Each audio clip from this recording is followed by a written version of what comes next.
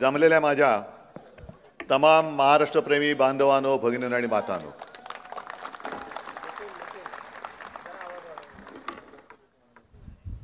सर्वात आधी मी आपल्याला सर्वांना खास धन्यवाद देतोय, कारण आज तुळशीचं लग्न आहे. संध्याकाळची वेळ झाली तरी सुद्धा तुम्ही केवळ आणि केवळ शिवसेनेच्या प्रेमासाठी आपल्या सभेला आलात. तुम्हाला मी लाख लाख धन्यवाद देतोय. लोकसभा झाली, आता विधानसभा. लोकसभेमध्ये आपण थोडे कमी पडलो आणि साहजिकच आहे की कोकणमधला पराभव हा माझ्या हृदयाला चटका लावून गेलेला आहे. कारण कोकण म्हणजे शिवसेना, शिवसेना म्हणजेच कोकण. हे नातं आजपर्यंत कोणी तोडू शकलेलं नाही आणि मला खात्री आहे की आता सुद्धा कोणी तोडू शकणार नाही. आपलं नातं असं आहे की ज्या वेळेला कधी कोकणावरती संकट आलं तर शिवसेना धावून येते आणि शिवसेनेवरती जेव्हा संकट येतं तेव्हा कोकण मागे ठाम उभा राहतो. आज आपली शिवसेना मोदी आणि शहा संपवायला निघालेत. नाहीतर आजपर्यंत राजकारणात असं कधीच झालं नव्हतं. पक्ष फुटतात, काही माणसं या पक्षात नंतर त्या पक्षात, हे ठीक आहे, राजकारण म्हणून चालू राहतं. पण एवढा नीचपणा हा आजतागायत कोणत्याही राजकीय पक्षाने केला नव्हता. तो कोणी एकेकाळच्या आपल्या मित्रांनी केला. ह्याचं मला जास्त दुःख आहे आणि राग सुद्धा आहे. संपूर्ण महाराष्ट्रामध्ये ज्या वेळेला भाजपा म्हणून काही शिल्लकच नव्हतं तेव्हा शिवसेना प्रमुखांनी, म्हणजे हे भाजपवाले कसे हुशार आहेत, जर तेव्हा आपण ठरवलं असतं, शिवसेना प्रमुखांनी ठरवलं असतं की मला युती नकोच, काय व्हायचं ते एकट्याचं माझं होईल, तर भाजपा आज औषधाला सुद्धा महाराष्ट्रामध्ये दिसला नसतं. एवढी शिवसेनेची ताकद होती आणि आहे. पण आपण थोडंसं काय भूतदया आहे, माणुसकी आहे, भगवा झेंडा, तुमच्या हातात भगवा, आमच्याही हातात भगवा, मग आपलं भगव्याचं नातं आहे, हिंदुत्व आहे, देश आहे, महाराष्ट्र आहे, मग घेतलं त्यांना खांद्यावर. आणि एवढी हे नीच निघाले की स्वतःचं काम झाल्यानंतर वापरून फेकून देत आहेत आपल्याला. मी जिथे जिथे महाराष्ट्रामध्ये जातोय, संपूर्ण महाराष्ट्र फिरतोय. अगदी विदर्भात गेलो, कोकणात तर आज आहे, मध्ये पण येऊन गेलो, उत्तर महाराष्ट्र, मराठवाडा, पश्चिम महाराष्ट्र.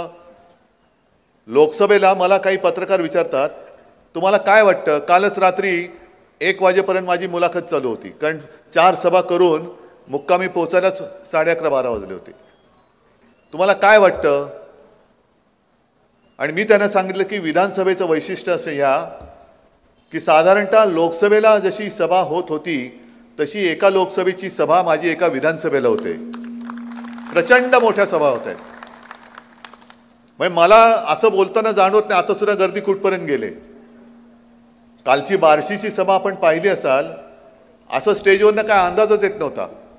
मग त्यांना सांगितलं तर जरा मोबाईलचे टॉर्च लावा आणि ते कळलं, अरे बापरे कुठपर्यंत गेलेली आहे गर्दी. म्हटलं हेच चित्र आहे. ते काय नुसते मोबाईलचे टॉर्च नाही पेटलेत, तर महाराष्ट्राच्या कानाकोपऱ्यात आता मशाली पेटलेल्या आहेत. शिवसेनेची मशाल पेटलेली आहे. आणि मला वैभव, मी आता वैभव अनेक वर्ष सोबत आहे, लहान आहे म्हणून हक्काने त्याला अरेतुरे बोलतो.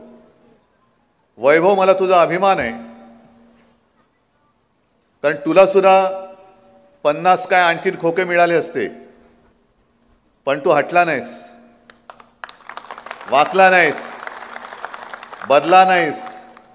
आणि मुख्य म्हणजे मेंढ्यांप्रमाणे मोदीशांचा लाचार झाला नाहीस. मला तुझा अभिमान आहे.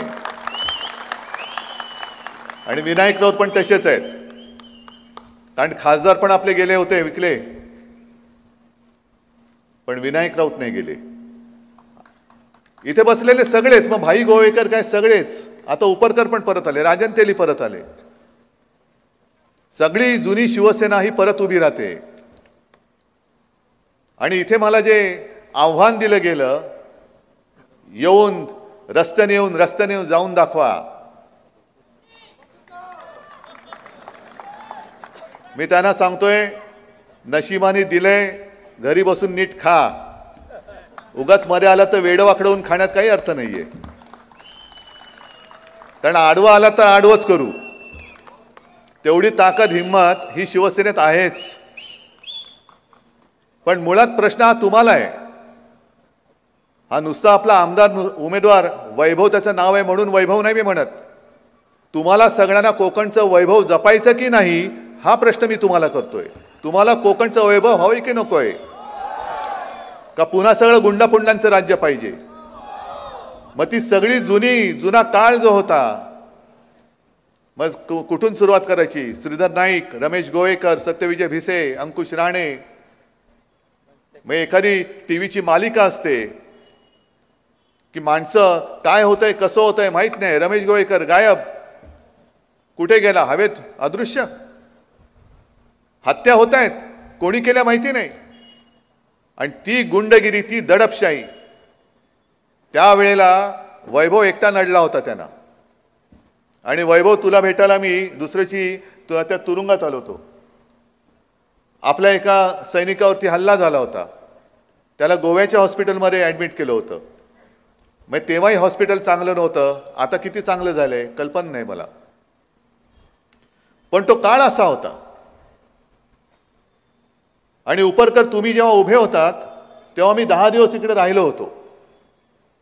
संपूर्ण मतदारसंघ जो तेव्हाचा होता तो पिंजून काढला होता. आणि तेही दिवस मला आठवत आहेत की मी जिथे जायचो लोक गर्दी करायची, पण गर्दीमध्ये एक व्यक्ती मला येऊन भेटली. मी गाडीत बसलो, तो आला माणूस, तरुण होता.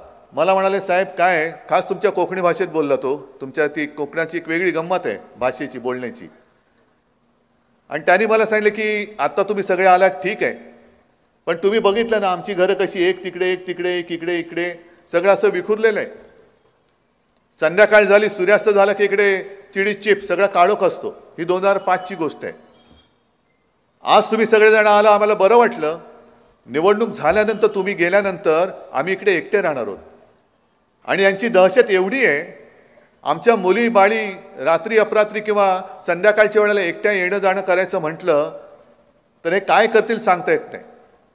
तेव्हा तुम्ही म्हणे एक कोणतरी माणूस असा द्या की जो आमच्या सोबत, आम्ही कधी हाक मारली तर तो धावून येईल असा माणूस द्या. आणि ती परिस्थिती बघितल्यानंतर ते आव्हान विनायक राऊत यांनी स्वीकारलं.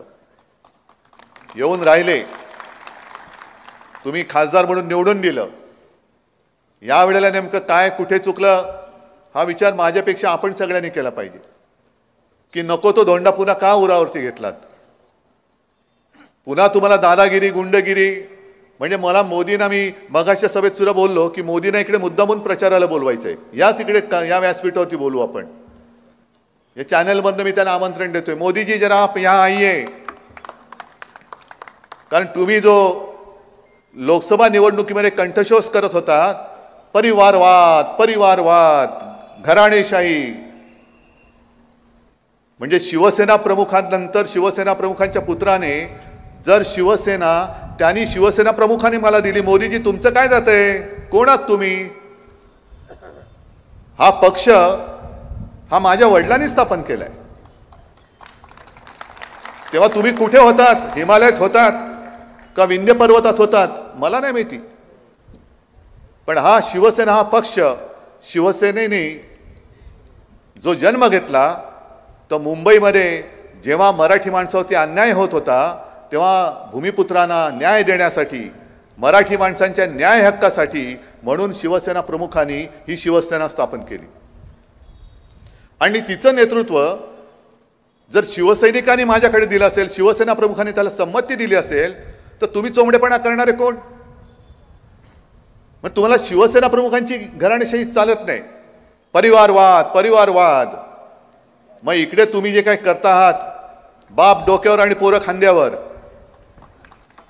मग डोक्यावरती बाप बसलाय, या खांद्यावर एक कार्ट, दुसऱ्या खांद्यावर दुसरा कार्ट. इसको क्या कहेंगे? मग तुम्हाला हिंदुत्व मानणारी तुम्हाला संकटात साथ देणारी शिवसेना आणि शिवसेना प्रमुख, त्या शिवसेना प्रमुखांची घराणेशाही नाही चालत, पण माझ्या कोकणावरती गुंडागर्दी करणारे, जोर जबरदस्ती करणारी घराणेशाही चालते. एवढे तुम्ही खाली उतरलात, मग कशाला तुम्ही बसलात तिकडे? हे आमचं हिंदुत्व नाहीये. मी जसं प्रत्येक सभेत सांगतो तसं याही सभेत सांगतो की मी भाजपला लाथ घातले, हिंदुत्व नाही सोडलं आणि कदापि सोडू शकत नाही, मी सोडणार नाही. आणि परत मी मुद्दामून त्यांना सांगतो, कारण त्यांचं तेच स्टायर सुरू आहे अजूनही, की काँग्रेस के साथ गए आहेत ना. काँग्रेस माझ्या सोबत आहे, राष्ट्रवादी माझ्या सोबत आहे, अनेक मित्रपक्ष आमच्या सोबत आहे, कारण तुमची हुकुमशाही गाडायला म्हणून आम्ही एकत्र आलेलो आहोत. आम्हाला हुकुमशाही नकोय, आम्हाला शिवशाही पाहिजे, म्हणून आम्ही एकत्र आलेलो आहोत. म्हणजे आम्ही काँग्रेस सोबत गेलो तर लगेच यांनी हिंदुत्व सोडलं. मग मी त्याने जे काय प्रश्न विचारतो, तुम्हाला वाटेल उद्धव ठाकरे तुम्ही काय बोलताय, कोकणात आले आणि काश्मीरचं काय बोलताय? मुद्दामून बोलतोय, कारण अमित शहा येत आहेत, आज पण आले होते, नरेंद्र मोदी येत आहेत. काल तर मोदी उतरणार होते सोलापूरला, माझं हेलिकॉप्टर होतं कुठे? औसा. मोदी लँड होत नाही तोपर्यंत तुमचं हेलिकॉप्टर उडणार नाही. अरे वा रे वा. पंतप्रधान म्हणून जर का रुबाब दाखवायचा असेल तर पंतप्रधानांसारखे वागा. जेव्हा तुम्ही पंतप्रधान पदाची शपथ घेतली तेव्हा सर्वांशी सारखं आम्ही वागू ही शपथ तुम्ही घेतली, जशी मी मुख्यमंत्री म्हणून शपथ घेतली होती. आणि माझ्या 2.5 वर्षाच्या काळात मी कोणी सांगावं मी भेदभाव केला आणि भेदभावाने मी वागलो, कोणी सांगावं? कारण ती घटनेची शपथ आहे. जो न्याय मला आहे, जो कायदा मला लागतो, तोच कायदा मोदींना सुद्धा लागला पाहिजे. आणि जर पंतप्रधान तुम्ही असाल तर कोणत्याही एका पक्षाच्या उमेदवाराच्या प्रचाराला देशाचा पंतप्रधान येता कामा नये, हे सुद्धा आता कायदा करायला पाहिजे.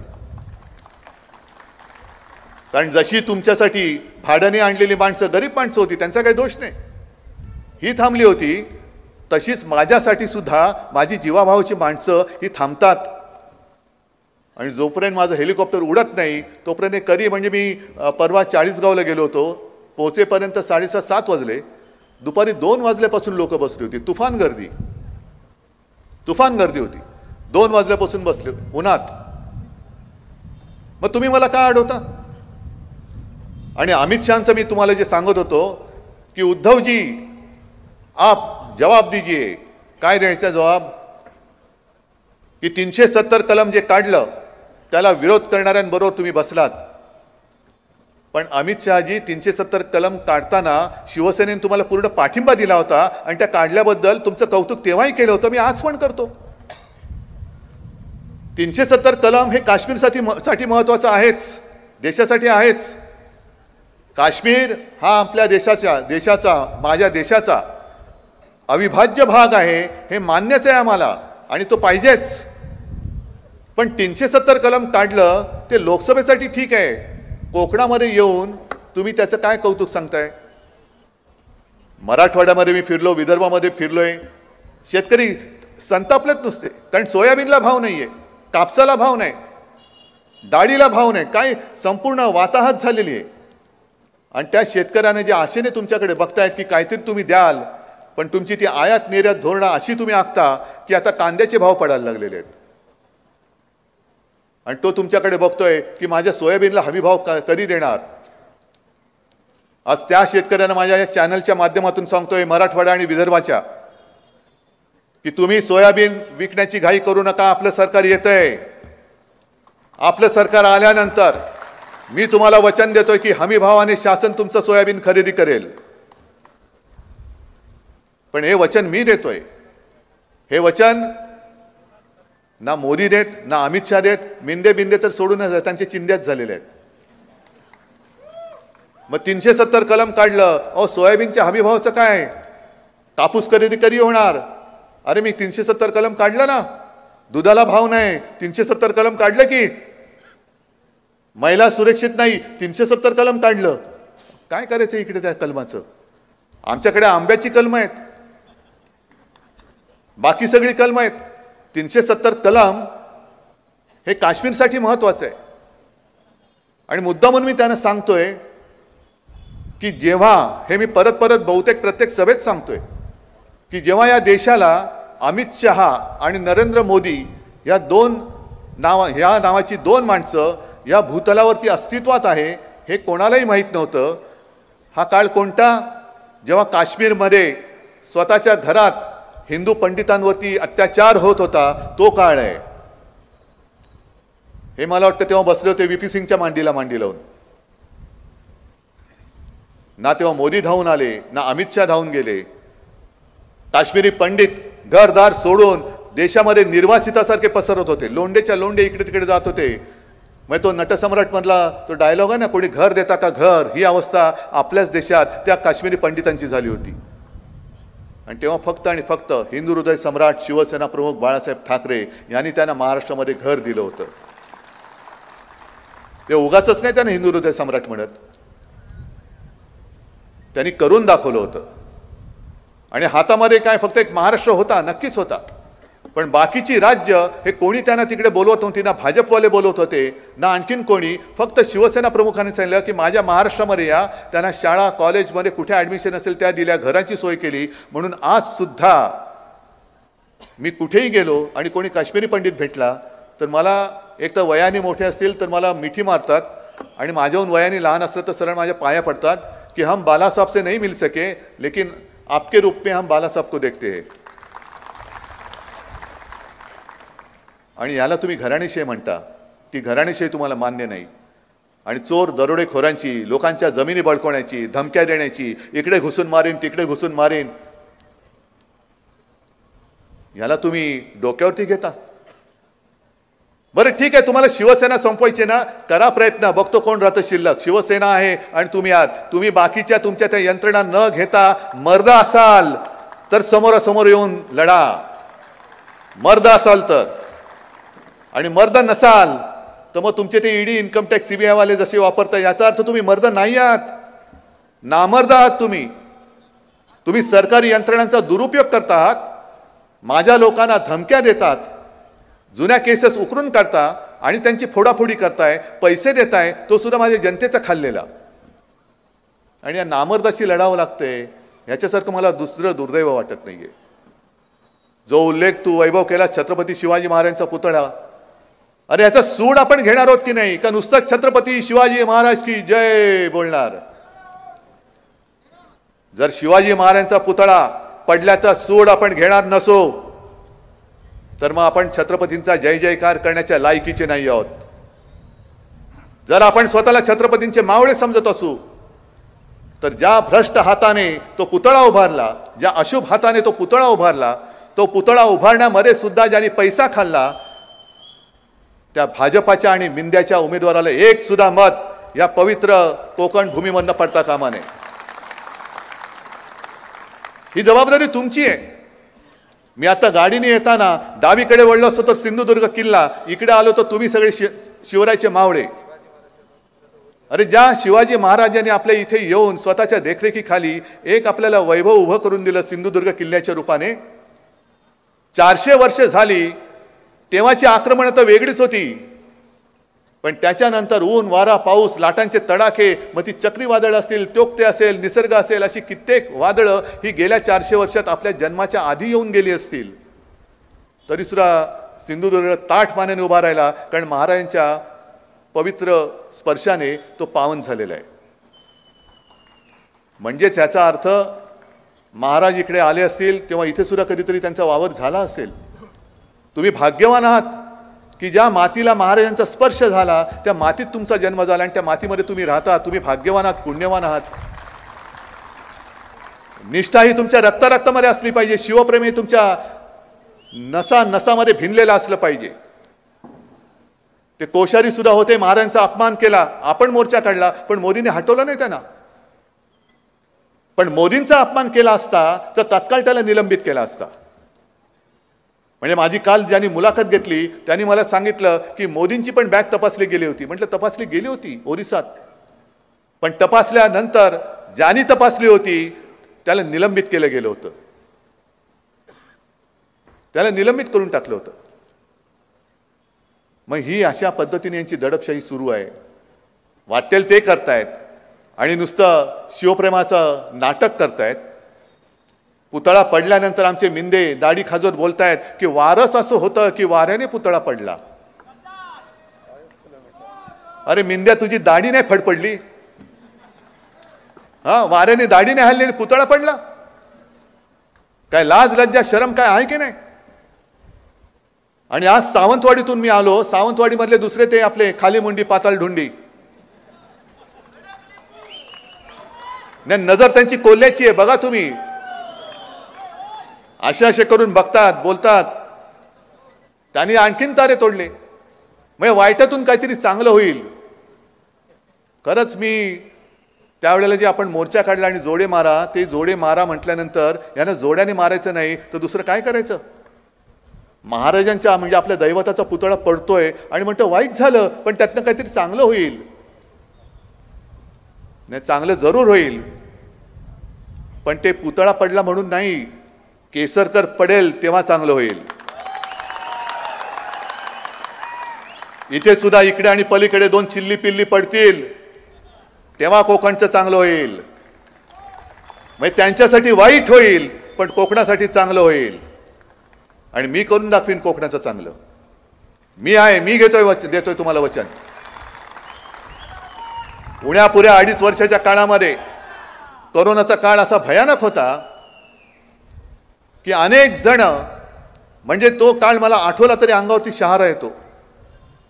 रात्री अपरात्री कधी मुख्य सचिवांचा फोन वाजला की बापरे भयानक काय होतंय आणि काय नाही. एकदा तर सकाळी मुंबई महापालिका आयुक्तांचा फोन आला आणि अक्षरशः ते फोनवरती रडायचं बाकी होते. म्हटलं काय झालं? कारण मला माहिती मिळालेली होती. म्हणाले साहेब कालची रात्र ही काळरात्र होती. म्हटलं काय झालं? ते म्हणाले आपल्याकडे अचानक मला कळलं की एका हॉस्पिटलमध्ये साधारणतः 150 रुग्ण आहेत आणि ऑक्सिजनचा पुरवठा संपत आला. मग काय? म्हटलं करायचं काय? ते म्हणाले एवढी आपली तारांबळ उडाली. सुदैवाने आजूबाजूच्या हॉस्पिटलमध्ये सोय होती, कारण बेड्स तुडुंब भरलेले होते. सगळेच्या सगळे रुग्ण आपण कोणी न दगावता आपण हलवू शकलो. आता ते सुरक्षित आहे. नाही तर कालची रात्र ही फार वाईट रात्र होती. हे कोणाला तेव्हा मिंदेला माहिती पण नाही. झोपला असेल किंवा बसला असेल त्या देवेंद्र बरोबर गुटरगू करत. ही सगळी रात्री अपरात्री आपल्या शासकीय यंत्रणेने काम केलं. तुम्ही सगळ्यांनी सहकार्य केलं. आणि आता हे टिकोजीराव गद्दारी करून तिकडे गेलेत आणि म्हणतात 2.5 वर्षात तुम्ही काय केलं? अरे नसतं केलं तर तू वाचला नसतास. वाचलाच नसता तू. आणि अजूनही सुधरत नाहीये. आरोग्य व्यवस्था त्या आणीबाणीच्या काळात सुद्धा, आणीबाणी म्हणजे कोरोनाची जी आपण वाढवली होती, एका गोष्टीचं मला नक्कीच समाधान आहे की जगामध्ये चीननी 15 दिवसामध्ये फील्ड हॉस्पिटल उभं करून दाखवलं. आणि त्याच्यानंतर अख्ख्या जगामध्ये आपली मुंबई असेल जिनी 15 ते 17 दिवसात दुसरं फील्ड हॉस्पिटल उभं करून दाखवलं. म्हणजे आपण कुठेही कमी पडलो नाही. परदेशामध्ये कोणी नंतर काय केलं असेल माझ्या तरी ऐकूयात नाहीये. पण महाराष्ट्राच्या बाहेर दुसऱ्या राज्याने, एकाही राज्याने फील्ड हॉस्पिटल आपण जसं केलं होतं बीकेसी मध्ये आणि इतरत्र तसं उभं केल्याचं मी सुद्धा ऐकलं नाही किंवा वाचलेलं नाहीये. आपण टास्क फोर्स नेमला. कुठे ऑक्सिजन कमी पडू दिले नाही, औषधं कुठे कमी पडू दिली नाही, डॉक्टरांची कुठे हेळसांड होऊन दिली नाही. आणि कोरोनाचं संकट सगळं फोफावलं असताना गुजरातमध्ये आणि उत्तर प्रदेशमध्ये अजूनही ते फोटो तुम्हाला मिळतील, सार्वजनिक चिता पेटल्या होत्या. भयानक होतं दृश्य. पण तुम्ही सगळ्यांनी सहकार्य केलं म्हणून आपण महाराष्ट्र वाचवू शकलो. महाराष्ट्र वाचवला म्हणजे तेव्हा जे काही सर्वे येत होते, उद्धव ठाकरे नंबर 1 मुख्यमंत्री.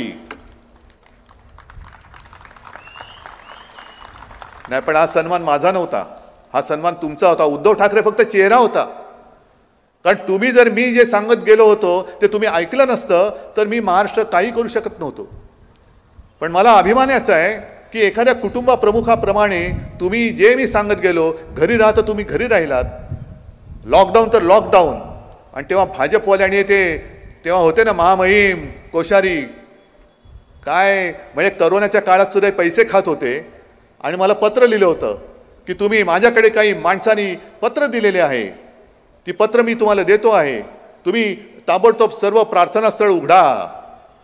आणि तुम्हाला असा काही साक्षात्कार होतो का वगैरे वगैरे वगैरे लिहिलं होतं. मग म्हटलं कोणी एवढी लोक भेटलेत तरी कोण, तर इन 3 माणसं आणि ते तिन्हीच्या तिन्ही भाजपडे. तिथे सुद्धा तुम्ही घोळ घालत होतात. तिथे सुद्धा तुम्हाला सगळं उघडं करून महाराष्ट्राचा गुजरात किंवा उत्तर प्रदेश तिकडे करायचा होता. करोनाने बळी गेले तरी चालतील पण सगळं उघडा. ही अशी घाणेरडी नीच औलाद आणि ही आपल्यावरती राज्य करते. अमित शहानी जे आज दुपारी भाषणामध्ये बोलले की उद्धव ठाकरे म्हणजे आपल्या सरकारने विकासाला स्थगिती दिली. मी विकासाला नव्हती स्थगिती दिली. मी स्थगिती नाही, मी बंदी आणली होती आणि माझं सरकार आल्यानंतर मी परत बंदी आणीन. महाराष्ट्रातून एक सुद्धा उद्योग मी गुजरातला जाऊ देणार नाही म्हणजे नाही. अमित शहा आज लिहून ठेवा, तुम्ही आज लिहून ठेवा की ज्या क्षणी महाविकास आघाडीचं सरकार येईल तेव्हा तुम्हाला लुटारू नो, तुम्हाला महाराष्ट्राचा उद्योग मी गुजरातमध्ये नेऊ देणार नाही. तुम्ही महाराष्ट्राचं वैभव लुटताय, महाराष्ट्राची विल्हेवाट लावताय. महाराष्ट्रात येणारे आणि होते ते उद्योग सगळेच्या सगळे तुम्ही गुजरातला नेताय. गुजरात गुजरात हे गुजरात ते गुजरात. वेदांत फॉक्सॉन गुजरातला नेला, टाटा एअरबस गुजरातला नेला, मेडिकल डिव्हाइस पार्क गुजरातला नेला. हे सगळे चांगले उद्योग हे गुजरातला नेत आहेत आणि विनाशकारी रिफायनरी ही माझ्या निसर्ग संपन्न कोकणाच्या मातीवर मारताय. रिफायनरी घेऊन जा गुजरातला, पण माझा टाटा एअरबस मला परत द्या. म्हणून मी मागे जे बोललो होतो ना, राख रांगोळी, आमच्या नशिबात राख आणि गुजरातच्या नशिबात रांगोळी घालताय तुम्ही. गुजरातबद्दल मला काही आकस नाहीये ना, गुजराती लोकांबद्दल मला आकस आहे. इथे आलेत, पिढ्याना पिढ्या राहत आहेत, शतकानुशतके राहत आहेत. मग त्यांना सुद्धा मी सांगतोय, अरे तुमचं आणि आमचं नातं हे तुम्ही दुधात साखर मिसळल्यासारखे जर विरघळून गेलो असू तर मोदींचा मिठाचा खडा त्याच्यामध्ये का टाकायला देताय तुम्ही. आणि मोदी आणि शहाना सुद्धा सांगतोय की तुम्ही आज आहात उद्या नाहीत, पण आज महाराष्ट्र आणि गुजरात आणि संपूर्ण देश अशी जी काय तुम्ही भिंत बांधतायत, तुम्ही गेल्यानंतर सुद्धा ती जर्मनीची भिंत होती ना, तशी भिंत तुम्ही या देशात आणि गुजरातमध्ये बांधून जाता, हे लक्षात ठेवा. ही भिंत म्हणजे अंबुजा सिमेंटचं ऑफिस सुद्धा गुजरातला घेऊन गेले. काय नेमकं या कोकणासाठी केलं काय. आणि आज मला जे इकडेचे खासदार दुर्दैवाने झालेले हे मला आव्हान देत आहेत, अरे महाराष्ट्राचं रक्त तुझ्या अंगामध्ये असेल तर महाराष्ट्र लुटणाऱ्यांच्या विरोधात तू उभा राहा. मला काय आव्हान देतोस. मी उभा आहे, महाराष्ट्र लुटारू आणि महाराष्ट्राच्या मध्ये मी उभा आहे. काय आणि आपलं सरकार पाडलं. मी तुम्हाला एक साधी गोष्ट सांगतो, सगळ्यांना हल्ली सांगतोय. आता जर का तुम्ही विधिमंडळाकडे पाहिलात तर मुख्यमंत्री हा शिवसेनेतनं चोरलेला, दोन्ही सभागृहाचे अध्यक्ष सभापती हे शिवसेनेतनं चोरलेले, दोन्ही सभागृहाचे विरोधी पक्ष नेते एक तर आपलेच अंबादास दानवे आहेत, पण दुसरा विजय वडेट्टीवार हा सुद्धा ओरिजिनल शिवसैनिक. अर्ध्याहून अधिक मंत्री हे आपले शिवसेनेचे गद्दार. आमदार सुद्धा जे नेले ते शिवसेनेचे. म्हणजे तुम्हाला शिवसेनेची शक्ती पाहिजे पण उद्धव ठाकरे नको. कारण तुम्हाला माहिती आहे की महाराष्ट्र लुटायला न देणारा एकच माणूस आहे, तो म्हणजे उद्धव बाळासाहेब ठाकरे. आणि आज तुम्ही सगळेजण इकडे जमलेला आहात. आपला वचननामा तुमच्यापर्यंत पोहोचलेला असेलच. पोहोचलाय ना का परत बोलू. परत बोलण्याची गरज आहे. कारण मला बरेच जण सांगतात की आपला वचननामा पोहोचवा सगळ्यांकडे. म्हटलं पोहोचवायचा तो पोहोचवलेलाच आहे. आपण 5 जीवनावश्यक वस्तूंचे भाव स्थिर ठेवणारे तुम्हाला कळलेलं आहे. कळलंय ना. मुलींप्रमाणे मुलांना सुद्धा मोफत शिक्षण देणार हे सुद्धा तुम्हाला कळलेलं आहे. अनेक गोष्टी कळलेल्या आहेत. पण मुद्दामून एक मुद्दा स्पष्ट करतो, मुलींप्रमाणे मुलांना शिक्षण का मोफत देणार आहे. मी 3-4 दिवसापूर्वी युट्यूबवरती एक क्लिप पाहिली. राजदीप सरदेसाई जे ज्येष्ठ पत्रकार आहेत त्यांनीच मला पाठवली, त्यांनीच ती केलेली आहे. अमरावतीमध्ये ते एका घरी गेले होते, ज्या घरामध्ये एका शेतकऱ्याने आत्महत्या केली. मग त्यांच्या घरी ते गेले. दुर्दैवाने जिचं कुंकू पुसलं गेलं ती आपली बहीण तिकडे बसली होती. ज्याने आत्महत्या केली तो 47 वर्षाचा शेतकरी होता. मग त्याची 2 तरुण मुलं ही त्यांच्या झोपडीसारख्या घरामध्ये होती. काळोख, घरामध्ये काळोख. या कॅमेऱ्यासाठी जो काय यांची संगन असते तो उजेड होता, तोच उजेड. आणि मग राजदीप सरदेसाईंनी त्यांना विचारलं, ताई तुमचं नाव काय. मुलांना विचारलं तुमचं नाव काय, किती कर्ज होतं. ते म्हणले 1.25 लाख कर्ज होतं. 1.25 लाख कर्जासाठी म्हणजे अदानीना वगैरे करोडो रुपये हे असेच देऊन टाकतायत. करोडो रुपयाची मुंबई ही फुकट देऊन टाकतायत. पण माझ्या महाराष्ट्रातला शेतकरी 1.25 लाखासाठी आत्महत्या करतोय. मग त्या दुसऱ्या जो लहान मुलगा होता, लहान म्हणजे असेल एक 14-16 वर्षाचा वगैरे असेल, त्याला विचारलं तू काय करतो, शाळेत जातो का? तो म्हणला नाही, मी शिक्षण सोडून दिलं. सोडलं का सोडलं? फी कशी भरणार, डोक्यावरती कर्ज आहे, वडिलांनी आत्महत्या केले. मग तू काय करणार, शेती करणार का? तो म्हणाल मी शेती नाही, शेती सोडून मी हमाली करेन, पण मी शेती नाही करणार. म्हणजे मुलांना शिकायचं आहे पण फी भरता येत नाही म्हणून मुलं शिकत नाही. आणि आम्ही 370 कलम काढलं ना, आम्ही राम मंदिर बांधलं जे गळतंय. उद्धवजी राम मंदिर कब जाएंगे? मी त्यांना म्हटलं ते गळायचं बंद होईल तेव्हा मी जाईन. पण पैसे नाहीत म्हणून मुलं शिक्षण सोडताय आणि तुम्ही फक्त 1500 रुपयावरती या आमच्या माता भगिनींची थट्टा करताय. 1500 रुपयामध्ये मुलाची फी भरू शकतात का? डोक्यावरचं कर्ज फिटू शकतं का? घरदार चालू शकतं का? आज मराठवाड्यात आणि विदर्भामध्ये अशी परिस्थिती आहे की मुलांची लग्न होत नाही, कोण मुली द्यायला तयार नाही, कारण शेतकऱ्याला कोण मुलगीच देत नाहीये. आपला अन्नदाता, अख्खं जग ज्याच्यासाठी चालतं, 2 घासासाठी जग चालतं आणि तो 2 घास देणारा तडफडतोय, मरतोय. म्हणजे तो आपल्याला जगवतो पण आपण त्याला जगू शकत नाही. काय कोणता कारभार चाललाय? कशासाठी मोदीजी तुम्हाला मत द्यायचं, कशासाठी मिंद्याला मत द्यायचं, कशासाठी फडणवीसला द्यायचं, कशाला अजित पवारांना द्यायचं? हे खोके घेऊन बसलेत, खोकेच्या खोके बोके नुसते माजलेत. आणि म्हणून मी तुमच्याकडे आलेलो आहे, हक्काने तुमच्यासाठी आलेलो आहे की आज केवळ शिवसेना अडचणीत नाहीये, आज तुम्ही सुद्धा अडचणीत आहात. आज आपला महाराष्ट्र अडचणीत आहे. म्हणून मला तुमची मदत पाहिजे, म्हणून मला तुमचे आशीर्वाद पाहिजे, म्हणून मला तुमची साथ पाहिजे. आणि मी तुमच्या दरबारात हक्क मागायला आलेलो आहे, हक्काने न्याय मागायला आलेलो आहे, आशीर्वाद मागायला आलेलो आहे. हा वैभव नुसता वैभव नाही, वैभवच्या बरोबर मी उभा आहे. पलीकडे राजन तेली सोबत मी आहे, तिकडे संदेश सोबत मी उभा आहे. सगळीकडे संपूर्ण कोकण राजन आहे, बाळमाने आहेत, सगळीकडेच.